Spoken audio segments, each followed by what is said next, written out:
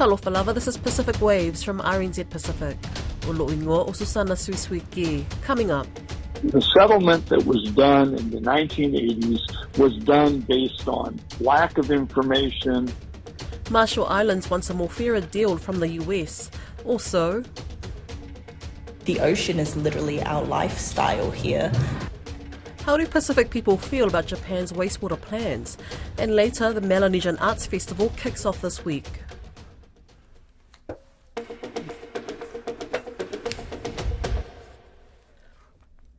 The Marshall Islands has asked for more money from the United States to deal with legacy nuclear testing before renewing its Compact of Free Association. The US have already signed off on the strategic agreements with Micronesia and Palau, with the economic terms of the Marshall Islands Compact scheduled to expire on the 30th of September. The island nation's Foreign Minister, Jack Adding, says there needs to be more than the $700 million set aside for the nuclear-affected people before the agreements are signed. However, Chief US Negotiator Joseph Yoon has held firm, saying there's no more money for the country. But RNZ Pacific's Marshall Islands correspondent, Giff Johnson, says this could be an opportunity for the Marshall Islands to get a fair deal as the US increases its Pacific presence. He speaks with Caleb Fotheringham. The most significant bilateral issue between the United States and the Marshall Islands is the United States nuclear weapons test legacy, because the United States tested 67 nuclear weapons in the Marshall Islands, including numerous hydrogen bombs, which caused a lot of damage. And that has never been taken care of. The U.S. has provided partial compensation in the past, and so the advent of these negotiations over the past year and a half afforded an opportunity for the Marshall Islands to get this onto the U.S. agenda. And the Marshall Islands has been very clear from the get-go that it must have a fair and just settlement of the nuclear legacy included in this compact, or it will not sign off on an extension of the grant agreement, because the nuclear legacy is such an important issue. I understand that the Marshall Islands, they have signed an MOU for the Compact of Free Association, even though they haven't actually signed off on the deal completely. So why are they bringing the issue up now? Shouldn't have they brought it up before they actually signed the MOU? The issue was on the table with the U.S., and the U.S. simply said the $700 million it offered was the best, like its top offer. My comment, just as an observer, is, well, you know, if I was in the negotiating team, I'd just say, well, it's not good enough. The U.S. government caused the problem. Nobody else caused the 67 nuclear weapons to be tested here. But I think, you know, the people who were dealing with this were felt boxed in. I mean, this is a little tiny country that's dependent on the U.S., and the U.S. holds most of the cards in these situations. As an observer, how likely do you think it is that the Marshall Islands will be able to get some more money? I believe the Marshall Islands is in quite a good position because of the changed dynamic in the Pacific, which means the United States feels the need to be more engaged out here. And the fact is, up until 2019, the U.S. was not even going to negotiate new funding agreements for Palau, the Federated States of Micronesia, and the Marshall Islands. But it's the changed geopolitical dynamic in the region, which has elevated the importance of the entire Pacific, but particularly the three North Pacific nations that are in free association with the U.S. So it opens a doorway for getting the U.S. to consider a just and fair settlement, not trying to cause a fight with the United States, but to say the settlement that was done in the 1980s was done based on lack of information, not knowing what the greater extent of the nuclear legacy was, and that began to become apparent in the 1990s and 2000s. And so here we are today, and we have an opportunity between these two long-term partners who, nobody's walking away from the table.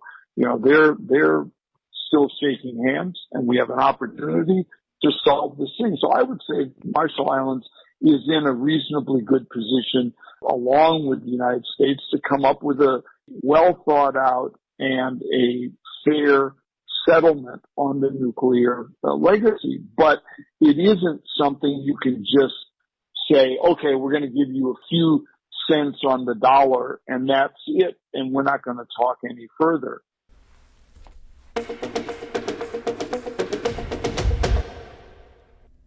It was a big week last week for the head of the UN's Atomic Energy Agency, who wrapped up his tour of nations with concerns about the upcoming release of treated nuclear wastewater into the Pacific Ocean by Japan. He met with Foreign Affairs Minister Nanaia Mahuta in New Zealand, as well as Pacific Islands Forum Chair, Cook Islands Prime Minister Mark Brown. Leaders from across the Pacific region attended the briefing online.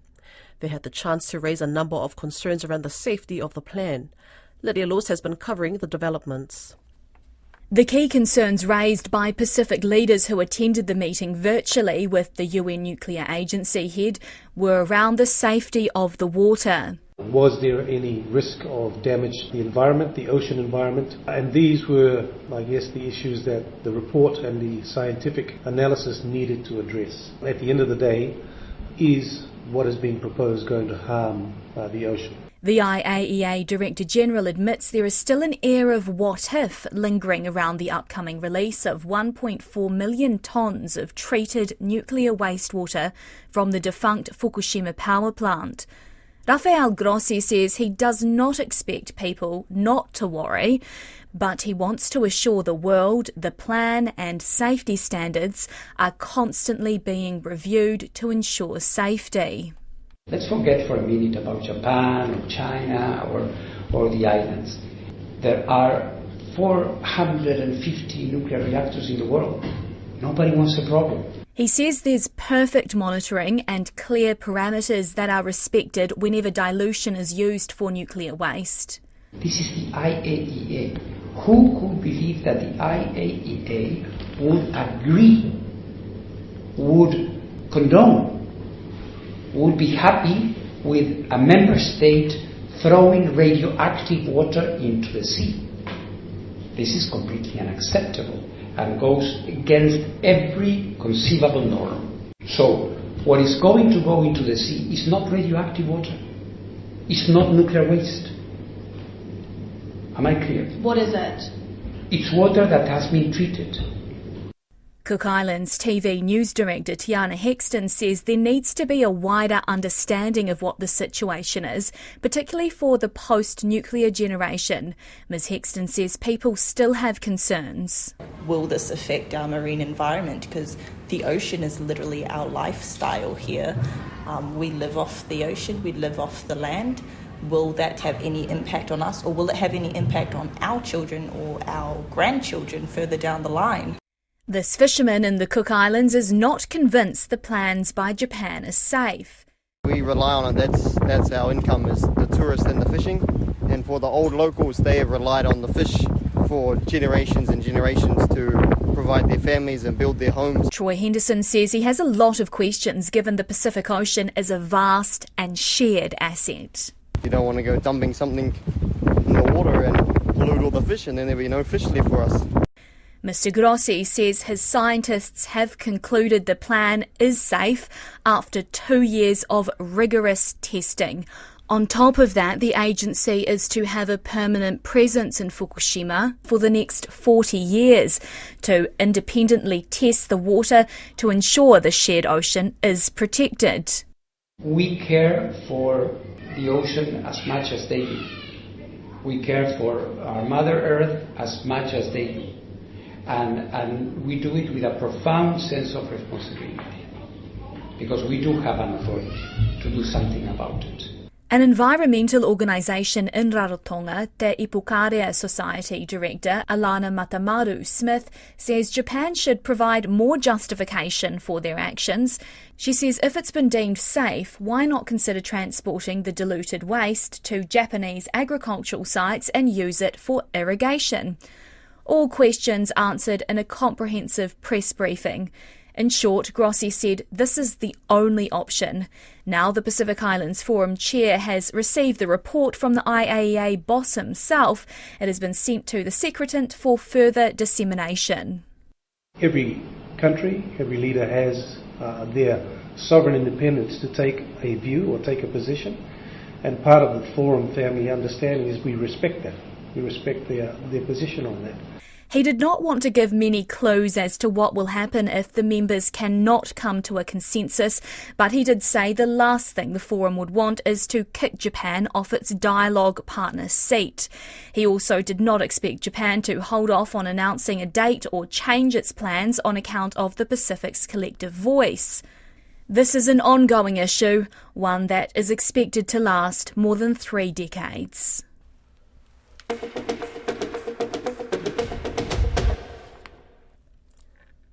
Cultural delegations from across Melanesia are arriving into Port Vila, Vanuatu this week, ahead of the Melanesian Arts and Culture Festival, which kicks off on Wednesday.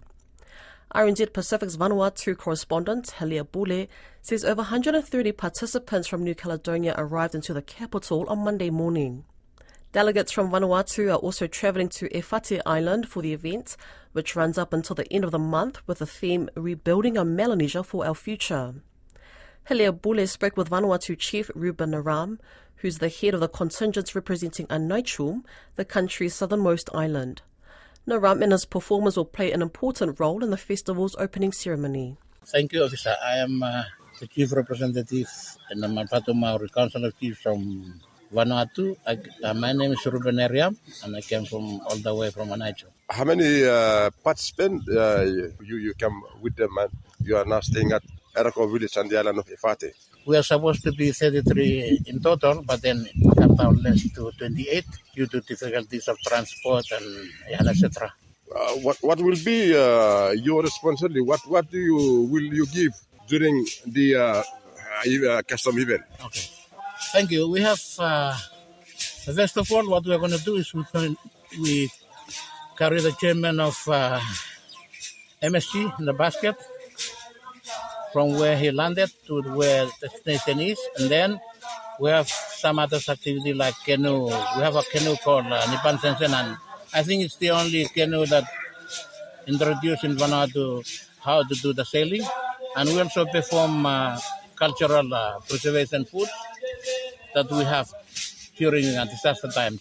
We'll show them during the time. Why Anaichum is the last island of Vanuatu and you become first to arrive in the capital? Thank you. It's all about the difficulties of transport. We're supposed to get that ship called Tiwitreta, but then the Tiwitreta engine was down, and then the coordination committee for transport, they arranged Toara country and charter Toara country from Tana to Anaichum to pick us up. Then we stay here for maybe 2 weeks before the celebration festival.